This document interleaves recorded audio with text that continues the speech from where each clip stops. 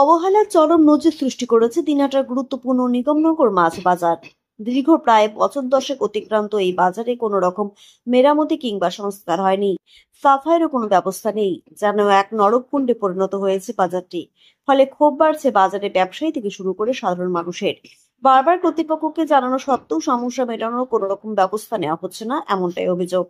বিষয়টি নিয়ে জেলা রেগুলেটেড মার্কেট কমিটি মুখে কুলুপ এঁটেছে। জেলা রেগুলেটেড মার্কেট কমিটির অধীনে নিগমনগর মাছ বাজার তথা নিগমনগর বাজার, এই বাজারে যাবতীয় ট্যাক্স রেগুলেটেড মার্কেট কমিটি আদায় করে থাকে। একসময় প্রায় প্রতিদিন সাফাই হতো, কোথাও কোনো সমস্যা হলে তা দেখভাল করত রেগুলেটেড মার্কেট কমিটি। কিন্তু বছর দশেক আগে থেকে সেসবের বালাই নেই। ফলে মাছ বাজারে প্রতিনিয়ত নোংরা দুর্গন্ধ ছড়াচ্ছে। বিক্রেতারা রুজি রুটির টানে ওই নোংরা দুর্গন্ধ পরিবেশের মধ্যেই ব্যবসা করছেন। ক্রেতারা নাকে রুমাল দিয়ে কোনো রকম জিনিসপত্র কিনে কেটে পড়েন। এদিকে বাজারে টিনের সেট ফুটো, ঝাঁঝরা হয়ে গিয়েছে টিনের চাল। বর্ষায় বাজারে জল থিকথিক করছে। এই বিষয়ে নিগমনগর মাছ বাজার ব্যবসায়ী সমিতির সভাপতি সুবোধ দাস, রাজু মহন্ত প্রমুখরা বলেন, রেগুলেটেড মার্কেটের অধীনে এই বাজারটি দীর্ঘ বছর ধরে কোনো রকম দেখভাল হয় না। বাজারে টিনের চাল নষ্ট হয়ে গিয়েছে, বৃষ্টি হলে বাজারে জলে ভরে যায়।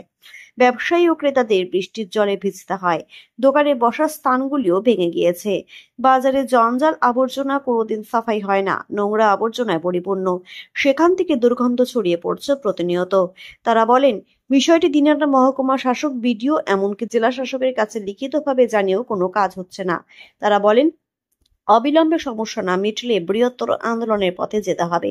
নিগমনগর বাজারের এই করুণ অবস্থা সম্পর্কে অবশ্য জেলা রেগুলেটেড মার্কেট কমিটির সচিব দেবনাথ মণ্ডল কোনো রকম ব্যবস্থা করতে চাননি।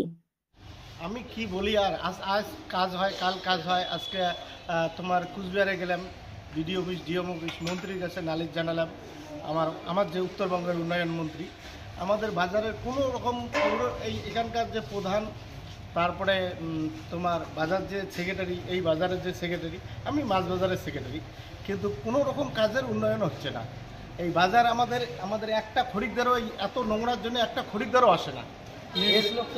লেডিস তো একটাও আসে না, সবাই আসলে মুখে ঢাকে। তারপরে সামনের পরিস্থিতি দেখেন, একটা কাজের জন্য আমরা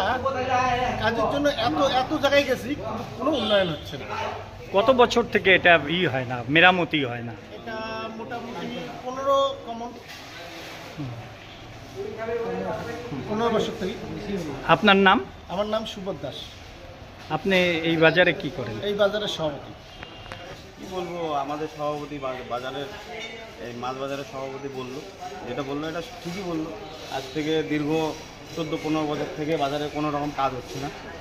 বাজারের সামনের যে অবস্থা, কোনো মহিলা যদি আসে সামনে, নাকে হয়তো রুমাল দিয়ে বা কাপড় দিয়ে নাক ঢেকে আসে। বাজারে ঢোকার মতো পরিস্থিতি নেই, এতটা নোংরা বাজারের সামনটা। বিশেষ করে সামনে আরও মদের গ্লাস পড়ে থাকে, বিভিন্ন একটা বিশৃঙ্খলতা বাজারের মধ্যে। যে বিশৃঙ্খলতা, মহিলারা সহজে আসতেই চায় না আর কি।